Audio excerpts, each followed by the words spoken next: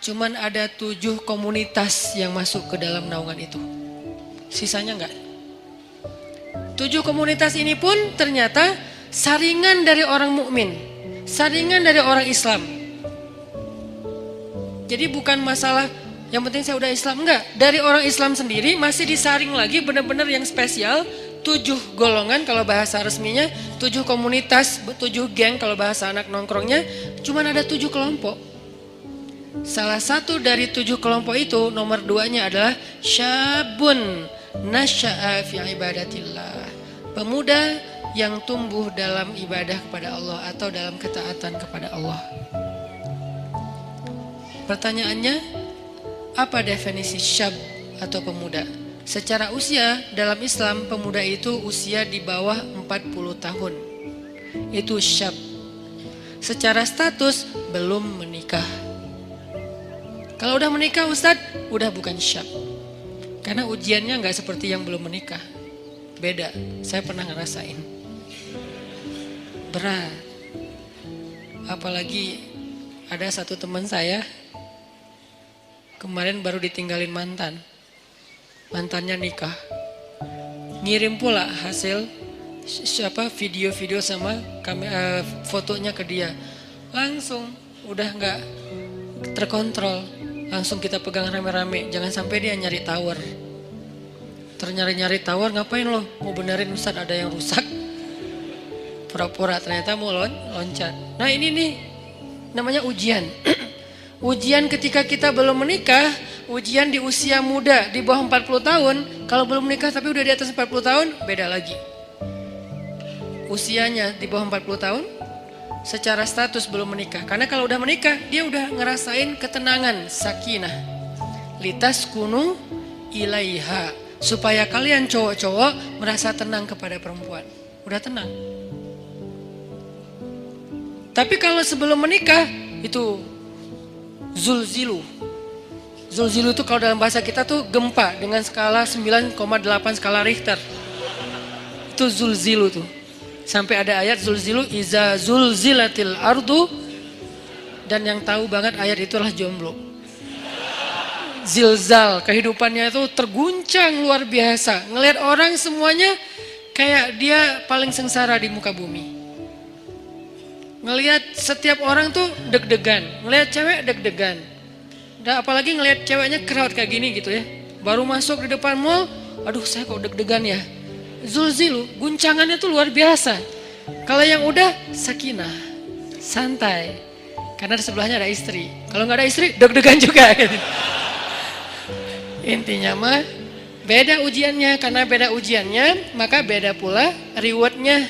Al jaza ala qadril masyaqqah. Balasan Allah itu tergantung beratnya beramal. Buat yang masih sendiri beramal itu lebih berat. Kenapa? Karena zilzal dalam di batinnya tuh kenceng. Godaannya tuh banyak. Mikirin itu nggak jelas apa yang dipikirin.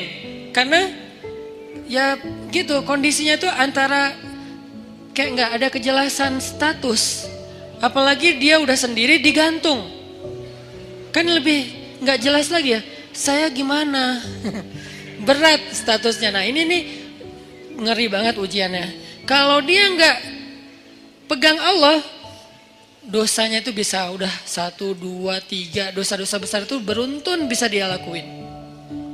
Udahlah kayak gitu, nggak tahu harus melampiaskan kepada yang halal.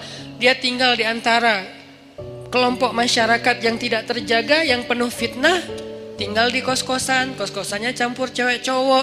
Dan di situ itu anak-anak yang mungkin belum semuanya pada paham agama atau taat beragama. Sehingga biasa aja ngobrol, keluar dari kamar itu pakai daster biasa.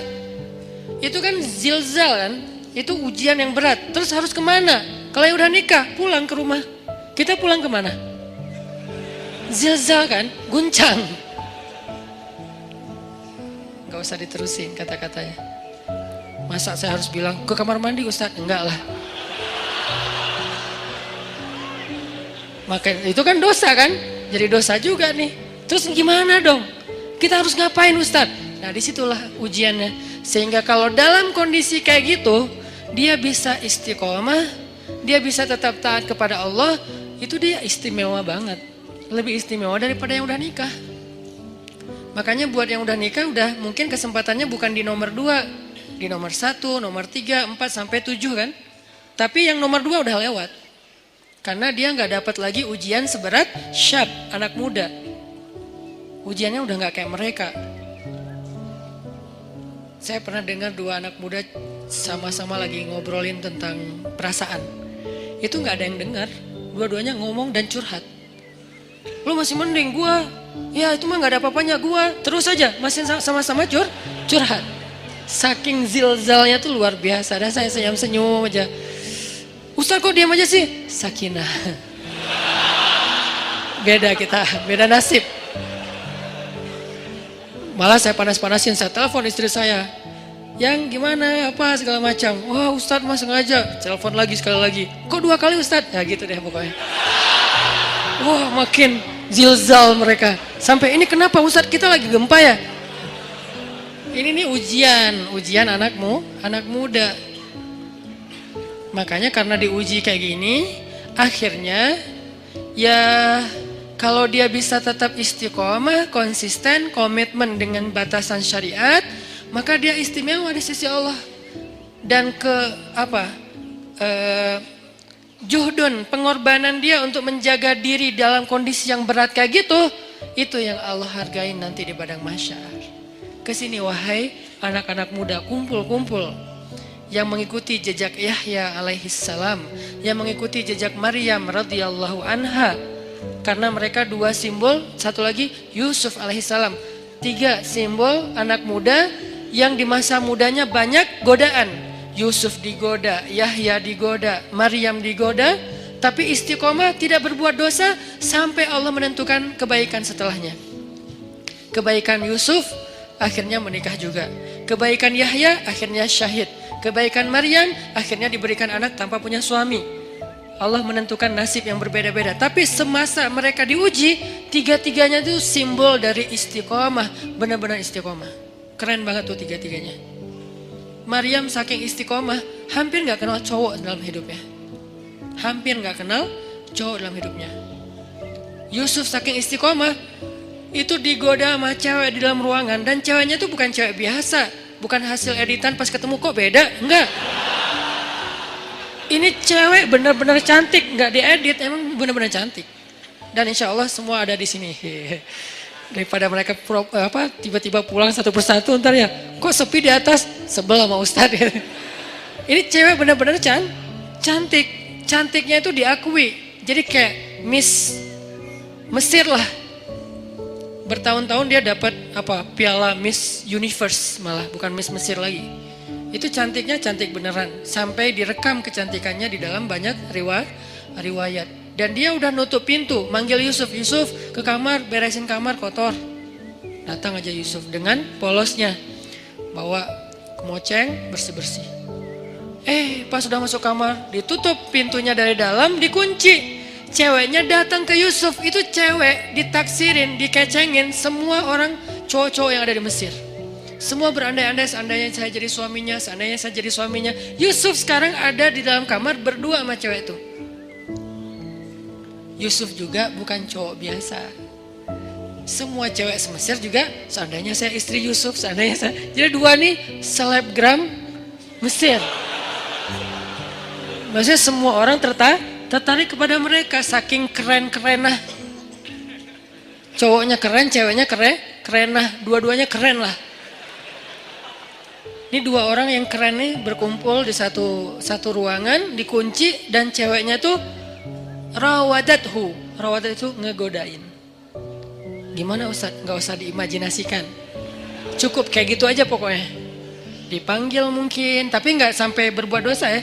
Dipanggil atau kesini wahai Yusuf, aku mencintaimu, nggak ada siapa-siapa, kamu nggak usah khawatir, aku akan rahasiakan apa yang terjadi hari ini di sini dan segala macam. Wah itu udah luar biasa. Wahammad bihi, dia tuh bergairah kepada Yusuf, dan Yusuf normal. Kalau nggak normal nggak ada ujian. Maaf saya nggak tertarik sama cewek, nggak ada mas, nggak ada ujian. Jadi nggak perlu diteladanin kan, karena dia tidak wajar. Tapi Yusuf ini normal. Apa dalil bahwa Yusuf normal? Wahamma biha. Makanya kalau kita baca Quran tuh tafsirnya tuh yang detail, kata demi kata. Wahammat bihi wahamma biha. Yang ceweknya bergairah kepada Yusuf, yang Yusuf juga bergairah kepada cewek tersebut. Sama-sama bergairah, sama-sama tertarik. Tiba-tiba Allah tunjukin burhan, muncul wajah Yakub di depan Yusuf. Yakub dalam keadaan ekspresi sedih, gini aja. Gitu ekspresi Yakub. Sedih banget Yusuf sampai kayak gini. Jangan sampai ayah bakal kecewa banget kalau kamu sampai ngelakuin ini. Buat apa ilmu yang ayah ajarin selama ini? Buat apa pengorbanan ayah selama ini? Kamu lupa dengan semua nasihat ayah. Seolah-olah ya. Tapi dalam bentuk film yang kayak 3D banget. Dan itu ada di depan muka Yusuf, disebut dengan istilah burhan kalau dalam teks ayatnya. Burhan itu tampil wajah Yakub dengan wajah sedih. Langsung Yusuf lupa sama cewek itu, lari, ditarik dari belakang. Saking kencengnya narik, sampai sobek bajunya. Banyak pelajaran sih dalam adegan ini. Salah satu pelajarannya itu tentang parenting, tentang cara ayah mendidik anak sampai muncul burhan itu gimana. Nanti di kesempatan lain lah kita bahas. Tapi yang kita bahas adalah ujiannya Yusuf. Selamat. Ini nih baru disebut dengan syabun nasya'a fi ibadatillah. Tumbuhnya itu dalam keadaan taat kepada Allah. Dan ukuran taatnya apa Ustadz? Ukuran taatnya adalah tinggalkan dosa. Kalau bahasa di bio saya, sedikit dosa. Kok pakai kata sedikit? Enggak punya dosa Ustadz? Enggak boleh kita bilang enggak punya dosa. Arti sedikit dosa itu adalah dosanya yang tinggal yang kecil-kecil aja. Yang besar tinggalin. Yang kecil kenapa kok masih ada? Karena nggak sengaja, lupa. Itu kan ada pasti sisa ya. Nggak mungkin nggak. Kalau kita bilang nggak punya dosa, namanya kultus diri sendiri. Kata Allah, la tuzakku anfusakum huwa a'lamu bimanittaqo. Janganlah kalian menganggap diri kalian suci. Nggak boleh. Makanya saya bilang banyak main, banyak manfaat, banyak pahala, sedikit dosa. Itu pakai hasil renungan. Jadi bukan kok sedikit dosa, harusnya kan gak punya dosa. Gak bisa, cuman Nabi SAW yang gak punya dosa. Sisanya sampai Abu Bakar juga punya dosa. Cuman dosa beliau sudah diampuni oleh Allah karena solehnya luar biasa. Kalau kita, sebagian udah diampuni, sebagian lain mungkin belum karena belum bertaubat benar-benar dengan nasuha. Tapi usahain tinggalkan dosa. Kita cukup ninggalin dosa aja, itu tuh udah jadi syabun nasya'a fi ibadatillah. Kalau ibadah Ustadz, ibadah yang wajib itu udah pasti. Karena kalau kita ninggalin yang wajib berarti dosa kan. Gimana dengan ibadah sunnah, tahajud, puasa sunnah, tilawah, itu bonus. Jangan sampai kita mendahulukan yang sunnah atas yang wajib dan melakukan yang haram. Itu enggak, udah salah rumusnya. Ada orang tahajud rajin, tapi dia nggak bisa jaga lisan. Ada orang tahajud rajin, tapi dia nggak bisa jaga pandangan. Yang disebut dengan syabun nasya'a fi ibadatillah dalam konteks hadis tadi, dia usahain sedikit mungkin dosanya, tinggalin dosa. Terutama dosa-dosa yang berhubungan dengan godaan di masa muda. Kalau teman-teman bisa istiqomah dalam urusan ini, urusan perasaan, urusan pergaulan yang paling berat, urusan entertain yang berlebihan, karena entertain itu ada yang masih wajar, ada juga yang berlebihan. Urusan apa lagi? Dosa-dosa maksiat seperti minum, kemudian pakai drugs dan seterusnya, atau mungkin the new drugs itu pornografi dan seterusnya. Ini bisa ditinggalkan. Udah sampai kapan Ustadz batasannya? Antara dua batasannya. Batasan status berarti menikah, batasan usia berarti 40 tahun. Kalau udah lewat 40 tahun insya Allah ujiannya gak seberat di bawah 40 tahun. Kalau kita bisa jaga diri di masa itu, pergaulan, perasaan gimana Ustaz? Jangan terlalu mudah jatuh hati kalau belum halal. Ustaz itu kan gak disengaja, jangan diikutin. Kadang-kadang dia emang gak disengaja, munculnya itu dari setan. Yuwaswisu fi sudurinas. Ih, cantik ya. Udah jangan diterusin, jangan dibahas. Begitu kita sekali klik, udah gitu dibahas, maka itu jadi sebuah episode. Jadi episode yang panjang dan endingnya air mata dan penyesalan.